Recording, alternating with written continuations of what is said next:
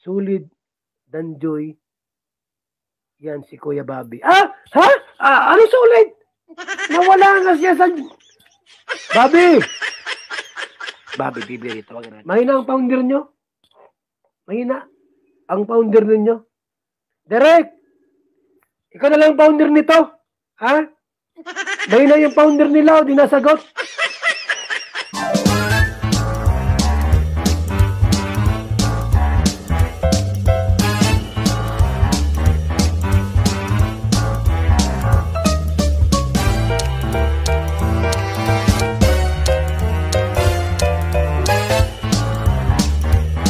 Sulit Danjoy.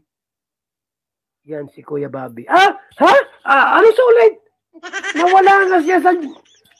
Bobby! Bobby, bibili ito. Wag natin. May nagsabing sulit daw po si Bobby TV. Ha? Ano? Bambira ka, Bobby. Sulit ka ba sa Danjoy?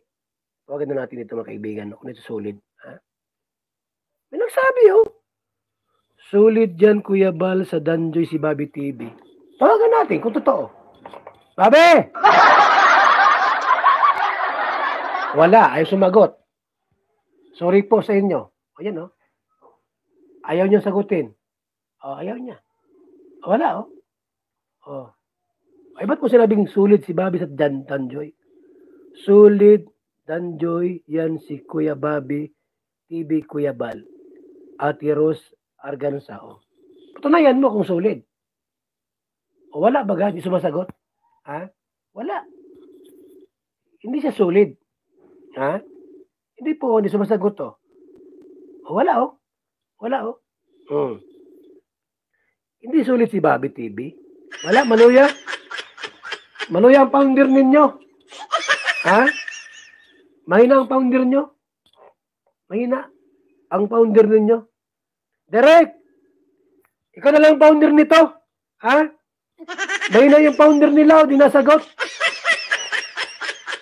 Derek, automatic yan. Pag tinawagan mo yan, ha? Automatic to, founder to. Wala, manuya din si Noel. Noelsa. Ha? Derek Noelsa. Wala din, pares maluya. Maluya ka.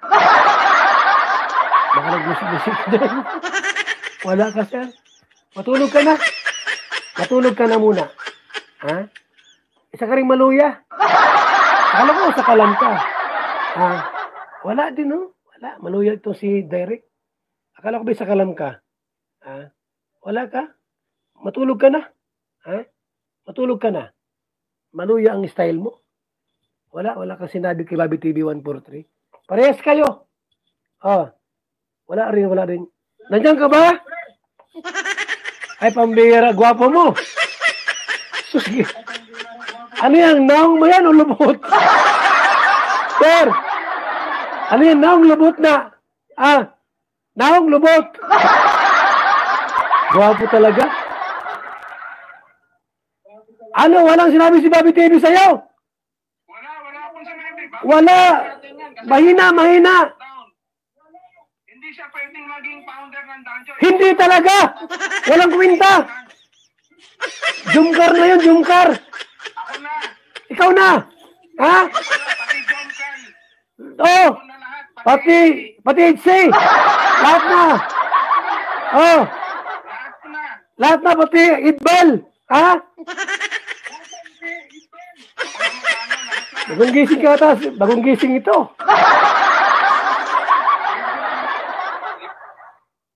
Nakagising ko lang eh. Kaya pala yung bigote mo. Yung bigote mo, pila yung isa. Pwede si Kuya Bobby dyan. Ay, hindi pwede.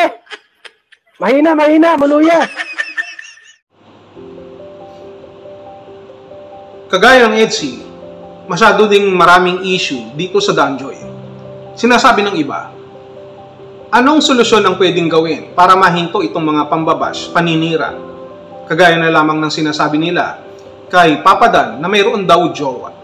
Nakita ko mismo, hindi ako naniniwala. Jowa? Si Papa Dan? Baka dati yun. Ngayon, medyo alanganin yan. Sapagkat alam natin na nakatutok ang mga mata, ang atensyon lamang ni Papa Dan kay Joy Diwata. Pero hindi masawata ito pong mga basher na mahilig manira, kagaya ng ginagawang paninira sa EDSI, ganun din naman ang gusto nilang gawin dito sa Danjoy. Talagang hindi makontento at pilit na ibinabagsak ang isa sa mga love team ng Kalingap na kagaya ng Danjoy. Ang katanungan dito, sino ba ang founder ng Danjoy na dapat sana'y nagbibigay liwanag, na dapat sana'y nag-aayos ng mga ganitong klaseng issue para matuldukan ang mga ganitong klaseng usapin? Alam natin na ito ay si Kuya Bobby TV 143. Ang katanungan, nagagampanan ba ni Kuya Bobby ang kanyang pagiging founder diyan sa Danjoy? Wala ako sa GC, hindi ko masasagot. Pero ang alam ko lang dyan, siguro kahit papano ay pinipilit ni Kuya Bobby TV 143 na gawin o gampanan ang kanyang tungkulin bilang founder ng Danjoy. Pero alam niyo naman si Kuya Bal, mukhang hindi nasasatisfied. Siguro iniisip ni Kuya Bal, kailangan na at panahon na para palitan ang founder ng Danjoy na si Kuya Bobby TV 143. Bakit? Siguro kailangan nila ng mas credible, mas mapagkakatiwalaan, lalo na pagdating sa itsura. At higit sa lahat, yung kayang gawin ang lahat. Hindi lang pagiging founder, na pwede ring maging leading man kung sakasakali na si Papa Dan ay mapagod na. Kung sakasakali na si Papa Dan ay madepress dahil sa mga pambabash. So, kailangan mag-step up agad ng founder ng Danjoy. At dahil dito, sabi ko nga kailangan may itsura para hindi maiwan mag-isa o maiwan sa ere itong si Joy Diwata. At doon sa live ni Kuya Bal, kinuha ni Kuya Bal ang ating atensyon. Kinuha ni Kuya Bal para pumalit bilang founder ng Danjoy. Alam nyo na kung ano ang ibig sabihin nito. Ito, wala akong masamang intensyon o kung ano man nakunin ang pwesto ni Kuya Bobby TV 143. Sapagkat alam ko na ginagawa niya naman ang kanyang tungkulin, ang kanyang makakaya para maisaayos ang Danjoy, ang grupo ng Danjoy, ang komunidad ng Danjoy. Pero siguro na-realize ni Kuya Bal na para matapos na ang lahat ng ito, kung sakasakali, kumbaga one click na lamang, total package na, gusto niya nang alisin si Kuya Bobby TV 143 at ipalit ang inyong lingkod bilang founder ng Danjoy. Bakit? Una, mapagkakatiwalaan. Pangalawa, simpatiko. Pangatlo, may itsura. Kaya anytime na mawala si Papa Dan, siguradong ako agad ang pwedeng pumalit. Founder na, leading man pa. At dun sa mga basher, malamang mawawala na ng basher sapagkat sila po ay magiging convinced, no, na mas karapat dapat ako kay Joy Diwata kaysa kay Papa Dan. Speaking of Papa Dan, sinasabi nila may jowa daw si Papa Dan. Napilit nilang ginagamit ang issue na ito para paghiwalayin ang dalawa, para sirain ang Danjoy.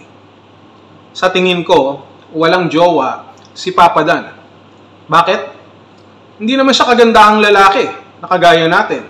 Kung ako, pwede pa. Kahit isa, dalawa, tatlo, magkakasabay, okay yun. Ganun talaga ginagawa ko, pinagsasabay-sabay ko, sapagkat I need to spread the love, attention. No? Time is gold. Kumbaga, isahan na lang, package yan. Ngayon, kung mag-aaway-away pa sila, pare-pareha silang mawawalan. At dahil dito, alam ni Kuya Bal yung aking kakayanan pagdating sa pagiging founder, pagdating sa pagiging leading man. Wala nang magiging problema si Joy Diwata. Magiging Rec Joy o kaya D-Joy. Pwede naman. Sorry na lang dito kay Kuya Bobby, pero ako, hindi sa akin nanggaling yan. Kay desisyon niya ni Kuya Bal, no, na palitan kita bilang founder ng Danjoy para maisaayos ng lahat ng ito. Sapagkat dito sa mga basher ng Danjoy, wala naman sila magagawa eh.